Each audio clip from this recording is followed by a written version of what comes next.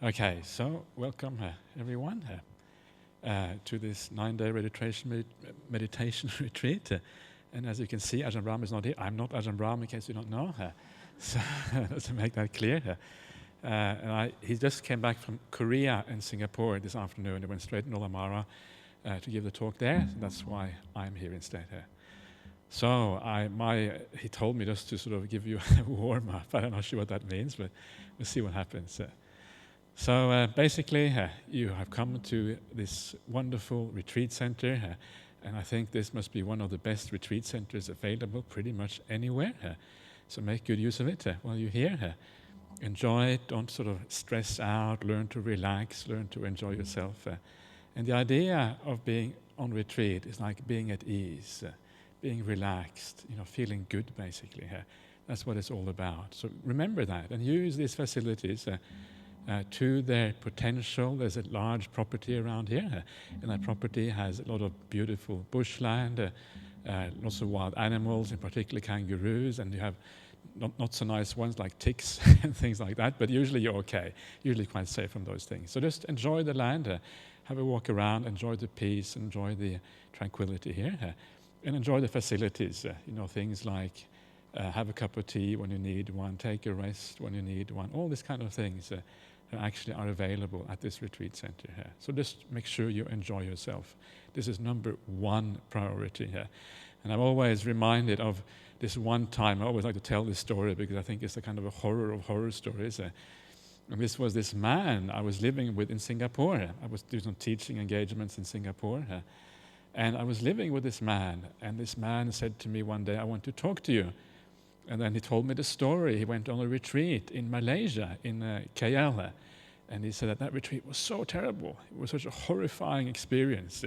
He never felt so tight and so uncomfortable and so much pain in his entire life than during that retreat. That never ever did he want to do a retreat again. And I tried to sort of tell him, well, not all retreats are the same. Come to Jhana Grove, try an Ajahn Brahm retreat or whatever. But there was no way. He was kind of absolutely set in his mind. Never, ever was he going to do a retreat again.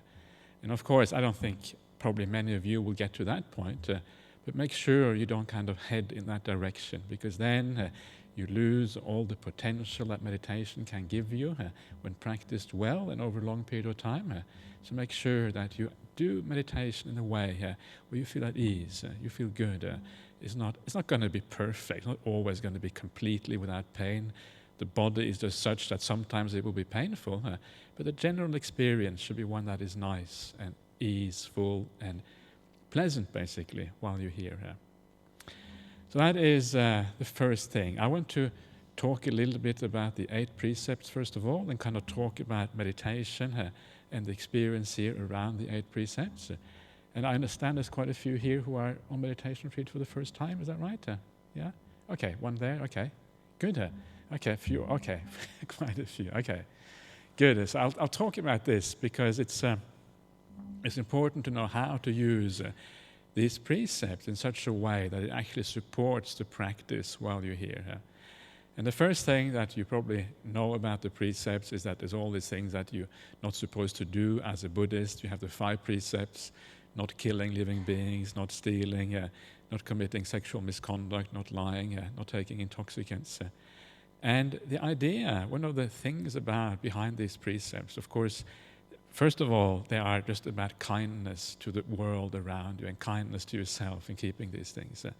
But it's not just about keeping these things, it's how we use those precepts, how we reflect on them, that actually gives them power in the meditation practice. So how should you think about the 5 precepts? And this is something the Buddha talks about in the suttas. And he says the way you should think about these things is that when you keep these things, it's like you're giving a gift to the world.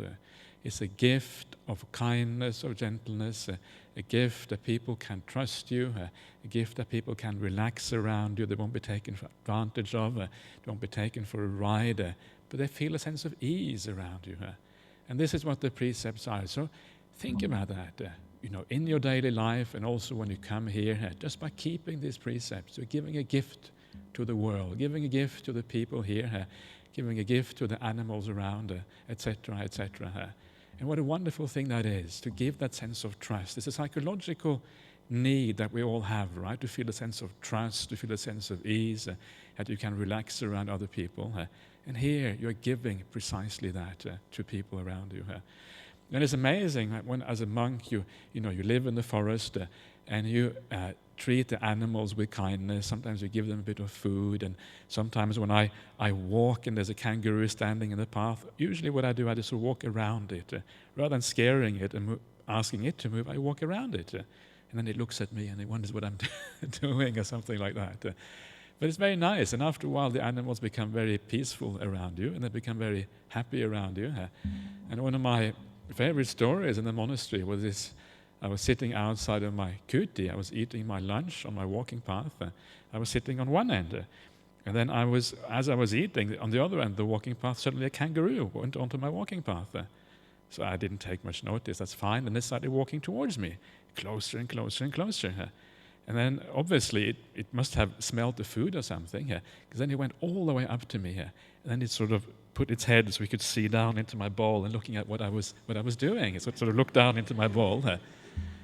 And then at this point, I was getting a bit worried because it was basically, that far from me, 10 centimeters or whatever, getting a bit worried. And then, so it started to sort of move its head towards my bowl, so I quickly put my hands over the bowl.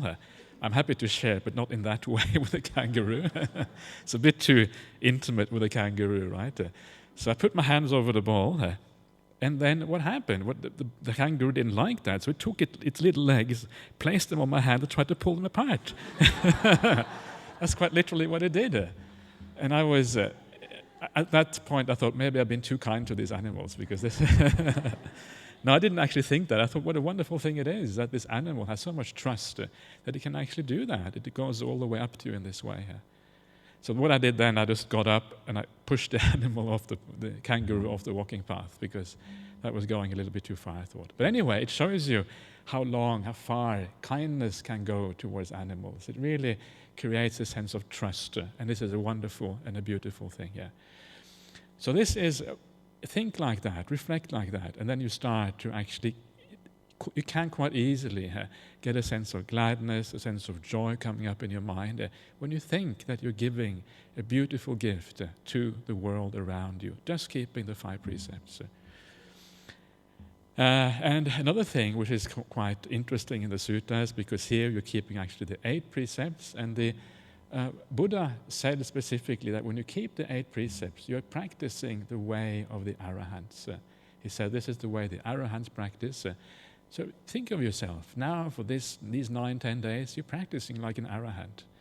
I'm not saying you may not feel like an arahant, but at least you're trying. You're kind of heading that direction, right? Practicing like an arahant. Wow, somebody who is fully awakened. This is what they do all their life.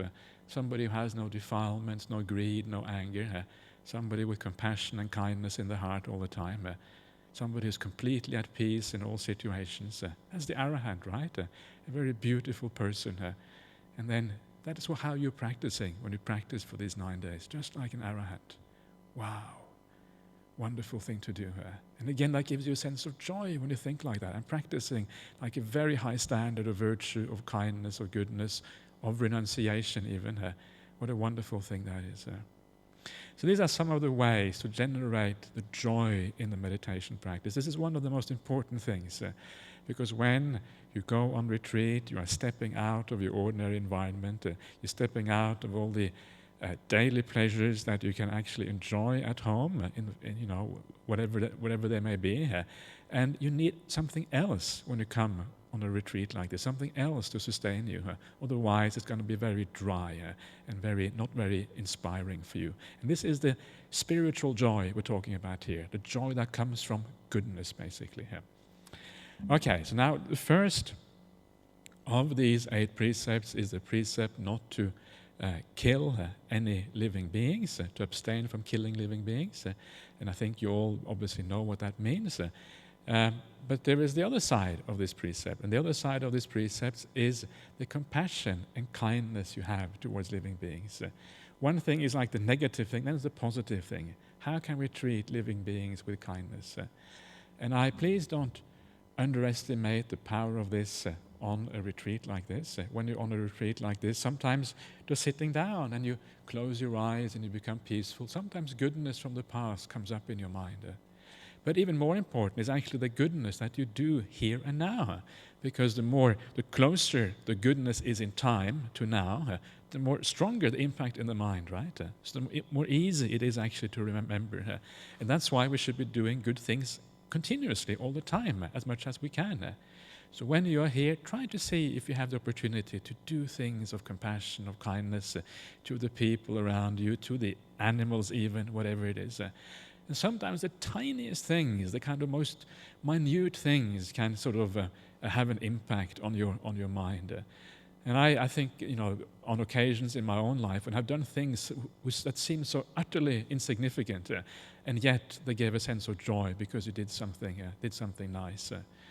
And I just come to mind just a few days ago when we do the Patimokkha ceremony in the monastery. Patimokkha is the rules for the monastics. And I was doing the chanting of the Patimokkha, and then one of the monks started sneezing really badly because he had hay fever. And I, because was a senior monk and I was doing the chanting, I get kind of the water and the tissue box and all that kind of stuff. So in the middle of the chanting, while I was chanting, I handed him the tissue box, right? That made me feel really good, just that little move. When you're chanting, you're supposed to focus on the chanting. You're not supposed to kind of think about other things. But because I could, hear that he was in a bad state, I passed it on to him. And that little thing, when actually it wasn't really a good time to do it, still you did something nice. That little thing was enough to make me feel a small sense of joy. So sometimes the tiny, tiny little things. Another thing I remember from a few weeks ago was when I went to one of the toilets in the monastery, and in the toilet there was a bug lying in its back. And again, it's a tiny little thing, right? Tiny little act of kindness. I saw the bug in the toilet.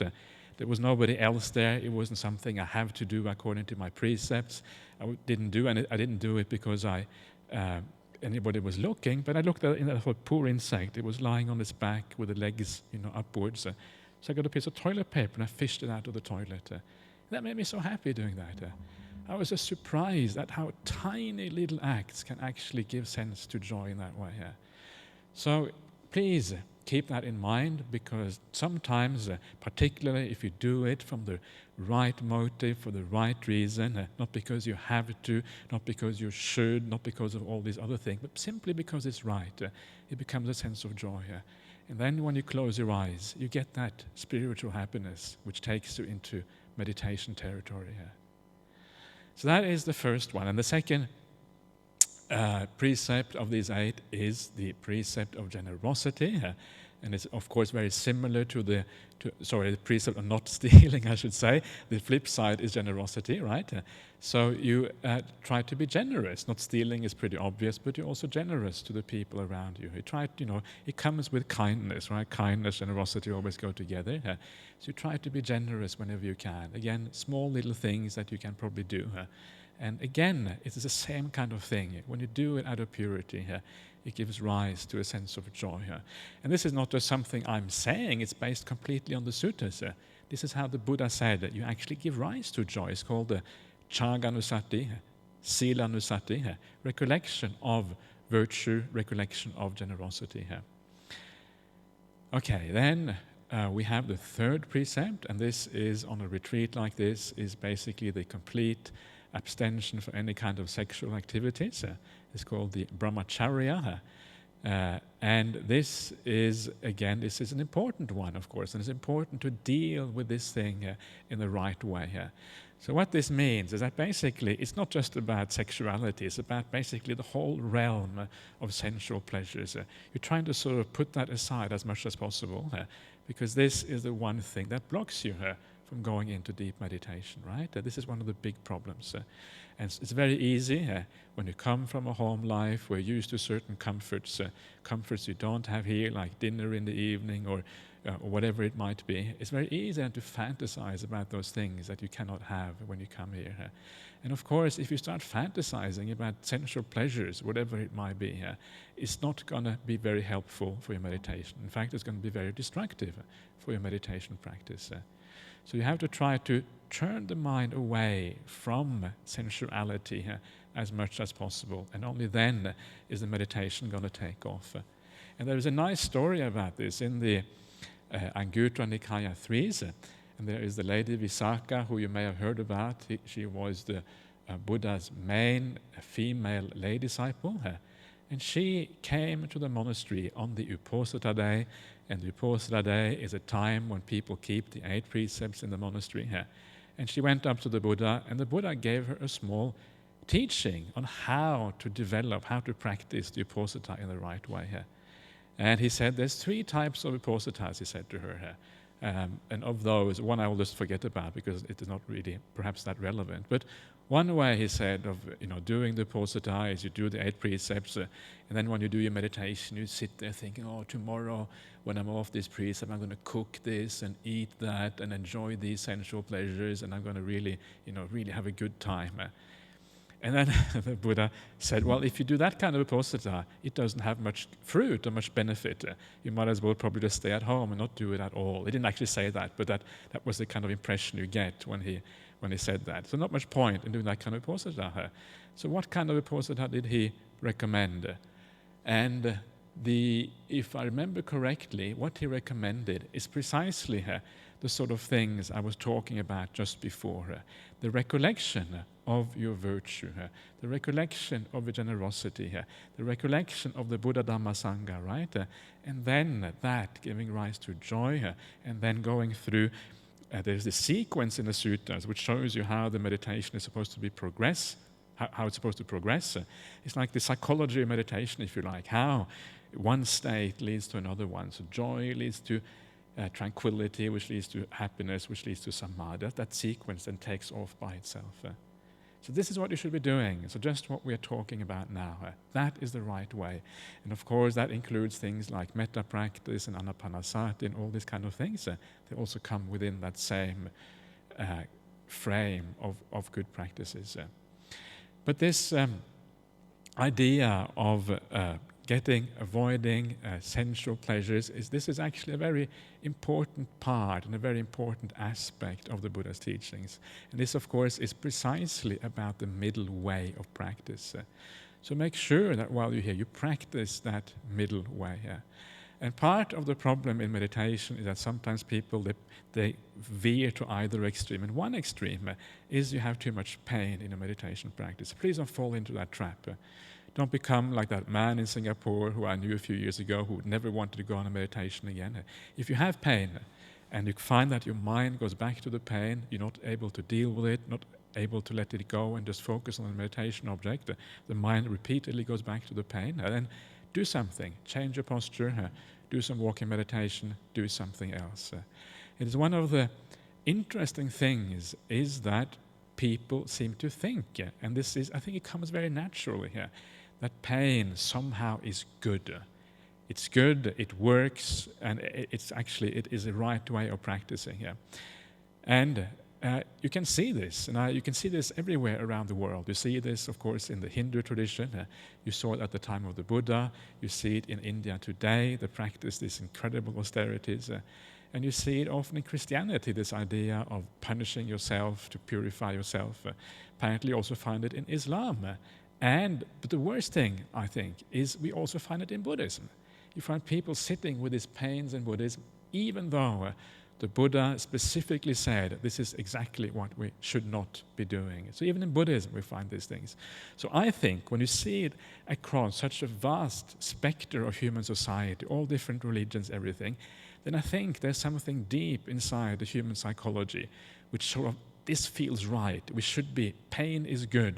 There's something deep inside of us which says that. And why do we think pain is good? And I think part of it is sometimes perhaps one possibility is that we think that the body is somehow bad because body is connected with desire, so a bit of punishment will sort of straighten things out.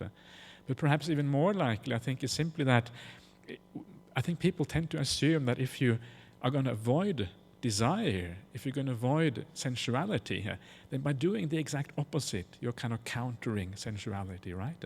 So if you have pain, then perhaps that way you're countering sensual pleasures and you are kind of neutralizing them by pain here and sensual pleasures there. You get a neutrality in the middle and then you can sort of walk the path, right? But actually it doesn't work like that. And the reason it doesn't work like that is because if you have pain, it is just the opposite of sensual pleasures. When you have sensual pleasures, you have craving for them. When you have pain, you have craving to get rid of the pain, which is just another form of sensuality, but kind of the negative sensuality, the reverse of sensuality. And in either case, you have craving. In either case, you have a problem the mind wants to resolve. In either case, the mind goes out to the body, either to seek pleasure or to avoid the pain. And as long as the mind goes out to the body to resolve the problem or to acquire something nice, then of course you're not going to find the stillness inside. You're going to be trapped by the body, by that craving. So what you have to do instead is you have to avoid both of those things. And when you avoid both the sensuality and you avoid the pain in the body, that is when you find that middle way, what happens then? The body starts to disappear. Why? Because the body is irrelevant, right? Who cares if the body doesn't have any pain, if it doesn't have any pleasure? It doesn't matter anymore. You can just let it go. End of story. It becomes irrelevant. And that, of course, is beautiful. And you find that when you sit there and the body becomes peaceful, right? And you don't have any pain, nor do you have any pleasure in the body is just there. What happens? It tends to fade away. It becomes unimportant. It doesn't matter anymore. That is like the first stage of meditation where the body becomes unimportant. And this happens because you are turning away from these things. So this is the right way of looking at this whole thing of brahmacharya, of abstinence from sensual pleasures, essentially. Then you can find that middle way. And then you can take it deeper, because the next level, when the body starts to fade away, the next thing that happens is that you're left with the mind, and you find the mind perhaps isn't completely peaceful. There's some restlessness there, there's some agitation. It isn't really exactly what it should be. And of course, the reason why you have that restlessness and agitation, again, its usually source is craving, usually. Craving is what lies behind the movement of the mind. So again, the way to overcome that then is you sit back, first of all, and you just wait. You allow things to calm down. And this, I think, is one of the most important things to do at the beginning of a meditation retreat. Just slowly allow things to calm down. Allow the restlessness to disappear. Allow the tiredness of the mind to sort of work itself out. If you had a busy life before you came here, which probably many of you had. And then as you do that, then often you find yourself becoming more peaceful. But again, you find that maybe the peace doesn't become that profound. Maybe there's still some restlessness there, some agitation there. Again, you know it's due to craving. So how do you deal with that? And that last kind of restlessness, the last craving, is dealt with by finding happiness somewhere else. So what you have to do is, now is the time to turn your mind to the spiritual happiness. Now is the time to be able to bring up an idea of something nice, something good that you have done, and then allow that to fill your mind. And then, when you find the spiritual happiness inside, the happiness that comes from goodness, that completely counteracts craving. Why? Because that goodness has got nothing to do, that is in the present, right here and right now. You're feeling good because something you have done. You're right here. You're not looking to the future to satisfy you. You're not looking for some happiness in the future or getting rid of some pain in the future. You're just happy right here and now. And that is the power of that spiritual happiness. It's got nothing to do with craving. So you feel peaceful instead. And I notice that. Notice the beauty of that spiritual feeling compared to the ordinary happiness of craving, which actually isn't happiness at all once you start to understand it. It's actually a type of suffering, agitation, restlessness, etc. So notice that. And then that is how the last craving disappears, and the mind starts to become really, really peaceful at that point. And then you are kind of off in your meditation territory. And this is the real meditation. And this is ideally where you would like to get to in this retreat, at least to the point where you can feel a sense of joy inside of you, at least occasionally. And then you know what the spiritual happiness is like compared to the ordinary happiness of the world. And of course, that's just the first little inkling, right? You get an inkling of spiritual happiness, and then you can sort of extrapolate, and you get some idea where this is all heading, perhaps sometime in the future. So that is the brahmacharya, the abstinence from sensuality. It gives you some ideas around that. And the next of the precepts is the precept of not lying. And of course, not lying, if you follow the idea of this retreat of being a noble silence, not lying is quite easy. But sometimes one of the tricks that I like to teach when you are on retreat like this, sometimes people find it difficult, at least initially, to be quiet, because so often we have such a, we talk, we like to, often, particularly depends on the personality, but some people like to talk. Some people are very extroverted and they find it very difficult just to be quiet. So sometimes it can feel oppressive to have to be quiet. You feel oppressed. But be careful. Don't get into the state where you feel oppressed by the peace or by the quietness. Because if you do feel oppressed, it's very counterproductive. And if you feel oppressed, it becomes a negative experience rather than a positive one. So try to think about the quietness. Remind yourself that there are so many good people here on this retreat, people who have lots of potential in meditation practice, who can go a long way. And if you remind yourself of that and then think, wow, all these nice people around me, I wish to give them a gift, and I will give them the gift of silence, because then they can deepen their meditation, hopefully even beyond where they normally can go. And what a wonderful gift that is to give to people, that they can experience peace, they can experience happiness, they can experience something profound and deep and beautiful. So think like that. Think of it as a gift, and then you make the silence into just another opportunity to make merit, and that merit hopefully then transforms into happiness during the actual meditation itself. So that's just a little skillful means on how to use the silence in a positive way. Then we have the fifth precept, which is not to use any intoxicants. And I think that's pretty obvious what that's all about. It's about having the clarity of the mind, not being kind of all over the place, and and this is what we are developing here is clarity. So I think that is fairly straightforward. And sometimes sensual pleasures are also often called intoxicants, right? Because when you get into sensuality, you get intoxicated by it, and you forget your priorities in life and all these kind of things. And there's all kinds of intoxications the Buddha actually taught in the suttas. He talked about intoxication of health, intoxication of youth, the intoxication of all these kind of things, because sometimes we kind of lose perspective and we think, oh, I'm young, I can do whatever I want, I don't have to worry too much about the consequences, or I'm healthy, I can sort of do all kind of stupid things because of that. And a great way of calming down those intoxications, which basically just are distortions in the mind, right? You can't really see clearly here. It's just to sometimes just remind yourself of the idea of death. Okay, I'm going to die. Do I have time to mess around? Do I have time to really do silly, stupid things? And the answer is that in the face of death, your priorities tend to become clear. Suddenly you know what is important in life. You know the things you should be doing, what you shouldn't be doing. Death has this ability to clarify things for you. So remind yourself, what if I'm going to die tomorrow? What would I do now? Sometimes people think, oh, if I was going to die tomorrow, I would go on a nice holiday somewhere. But that really misses the point, doesn't it? It's not about what you do, it's about the quality that you put into things. So if you're going to die tomorrow, you wouldn't be getting angry so easily. You wouldn't have desire for all kinds of stupid things. What's the point of getting angry with people if you're going to die tomorrow?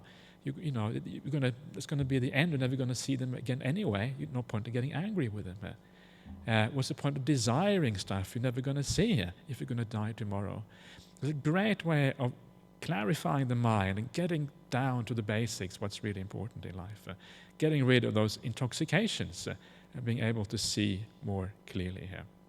If you don't like to think about death, that's okay, you don't have to, but it can be very useful. Then we have the precept of not eating at the wrong time. It means you cannot eat here in the evening time, but you have a bit of breakfast, you have a nice lunch, and you have, I think, I'm not sure exactly what it's set up like, but I think you have a bit of tea, a bit of chocolate. Is that right, Anya? Is that, yeah, okay. Yeah, so you're nodding in the back there. So you have all of these things. So use that. Don't be afraid of using that. Find a nice balance. Initially, it's a bit difficult because you're not used to not having an evening meal. But after a while, you come into this nice kind of rhythm where it flows very smoothly, and it's very easy to do. Then you have the precept of not using any cosmetics or any jewelry, etc., and also not seeing any shows, entertainment. You won't be seeing any shows, entertainment here, except for Ajahn Brahm in the evening. It's usually very entertaining. So that's okay, that's acceptable. That's the one show which is okay. Because the good thing about somebody like Ajahn Brahm, he makes you relax, right? When you have a good laugh, you relax, and then your meditation goes even better. So that's the beauty of that. So just enjoy that. And the nice thing about not having to use any jewelry or makeup, etc., is that you can just be yourself. You don't have to put on a face for anybody. You don't have to pretend to be somebody you're not. You don't have to wear any particular clothes. You just wear whatever is comfortable to meditate. Everything, you can just relax. You don't have to look at yourself in the mirror. If you can avoid looking at yourself in the mirror, I recommend that. Because every time you look at yourself in the mirror, you are kind of thinking what other people think, right? That's what you do when you look in the mirror. So forget about the mirror. And after a while, you sort of forget about yourself. And it's like the whole sense of being somebody in relation to other people starts to diminish. And your sense of who you are starts to diminish. And you don't have this kind of so much self-concern anymore. You don't worry about what other people think anymore. And what a beautiful thing that is, not to worry about what other people think. How nice that is. The ego, the sense of self actually starts to diminish. And this, of course, this is one of the great things. If you want to get into some kind of deep meditation, it is precisely that sense of self which has to start to diminish, because this is one of the big obstacles which is in the way of meditation practice. If you have a strong sense of who you are, and that is always in relation to other people, it's going to be a blockage. So this precept actually diminishes the sense of self. You can be natural. Wow, how nice it is to be completely natural. Nothing to prove to anybody, you can just be yourself. What a wonderful thing that is. So often in life we have to sort of prove ourselves and be something to our surroundings, to our boss or to partners or to whoever it is. Now you can relax. So enjoy that and allow the sense of self to fade into the background. And then you're going to enjoy this retreat much more. And the last of the precepts is the precept of not sleeping on high and luxurious beds. So I don't know what you think, but some of the beds here are quite comfortable, actually. So, but I think it's okay. I think it's okay because sometimes you come from lay life and your bed is probably even more comfortable, right? So you come here, at least it means that you can relax when you come here. You can have a good night's sleep and you can, get a good start on this meditation retreat. But again, the idea is not to sleep too much, not to sleep too little, but to find that middle way where you just feel relaxed. Sleep too little, you get tired. Sleep too much, you also get tired. You find the middle way here. That is when your mind becomes clear and the hindrances and everything else fall away. That's basically the purpose. So just keep that in mind and you'll be okay. So those are the 8 precepts. And if you use them like this, if you use them with an eye to helping your meditation practice in this way, they can become very powerful supports during this retreat. So please use them in a skillful way. Don't use them as some kind of torture instrument, but use them as an instrument for joy, for happiness, for peace, and then you're okay. Okay, I'll continue a little bit longer. Just a little bit more. Usually, that's Ajahn Brahm usually talks for an hour, so probably I can talk a little bit more. Just a few minutes only about meditation practice and how, this is just how I look at meditation. It's probably exactly the same as Ajahn Brahm says, because I'm an Ajahn Brahm disciple, so probably isn't anything new, but still. So one of the things that I have sometimes found is useful for meditation practice is to forget a little bit about meditation methods. Often we focus about meditation methods. We think, oh, meditation means watching the breath, or meditation means watching the feelings in the body, or meditation means doing metta practice and all these things. We have a very clear idea about what meditation is all about. But remember that the method of meditation is not really the issue in Buddhist practice. The issue in Buddhist practice is the development of the mind, right? That's what it's all about. And developing the mind, meditation method is only one aspect, one way to help you develop the mind. So there's a bigger picture, and that bigger picture is when you are on a retreat like this, you want to move towards all these good qualities that we're trying to achieve. In particular, you want to move towards peace. I think focusing on peace is very useful. What does peace mean? Sometimes people get confused when you say peace. Peace means basically lack of busyness, right? The less business there is, the less busyness there is, the more peaceful you are. So just coming here, coming out of the city, is one level of peace. That's already a starting point. And a deeper level of peace is when you close your eyes, you shut your eyes, the world disappears. That's another level of peace. When your mind becomes peaceful and there's less thinking going on, that's yet another level of peace. So whenever there's less stuff going on, wherever that is movement towards peace. And that is the big picture in meditation practice. So make sure that you are moving towards peace when you're practicing. Instead of forcing yourself on the breath, and sometimes you have to use force because it doesn't come naturally. If you do use too much force, you find you become uncomfortable. You become perhaps a bit restless. You become perhaps a bit agitated, or you become uncomfortable in a certain way. So don't do that. Make sure that you have the big picture, which reminds you what you actually are trying to achieve with this. What you're trying to achieve is to become peaceful. And then you have a guide, a bigger guide, which kind of helps you to go in the right direction as you do the practice. And then keep that in mind. And then the meditation object doesn't matter so much. So how do you then use the meditation object? And what you do is, we can probably do it in many ways, but this is one way that I like to do it, is first of all, you are comfortable, right? Like I was saying before, you don't have too much pain in the body, nor do you indulge the body. You sit in a chair if you want to. There's these nice, comfortable chairs here. I spoke to somebody this morning. She said that chairs here are so comfortable, she said. I felt really good when I went into the meditation hall. And that's good. It shouldn't be too comfortable so that you really kind of, this is so nice. But it should be so comfortable that at the very least the body starts to disappear. So please use the chairs.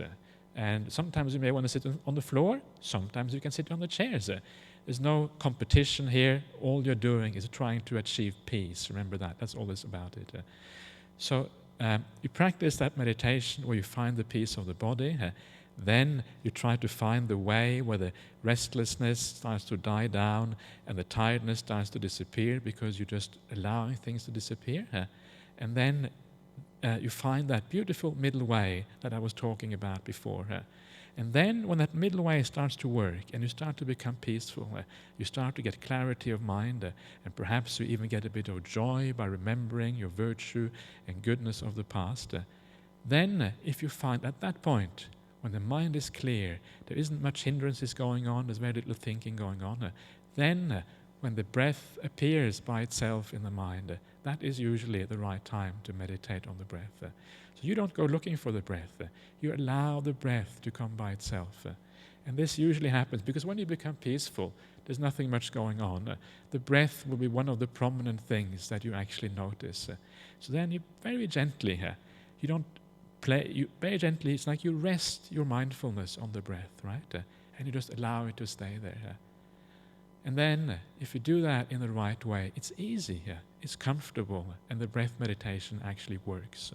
And it's very important, this idea that you have to do things in the right sequence. And this is one way of assuring that you get the right sequence. You wait till the breath appears by itself, and then it's very easy.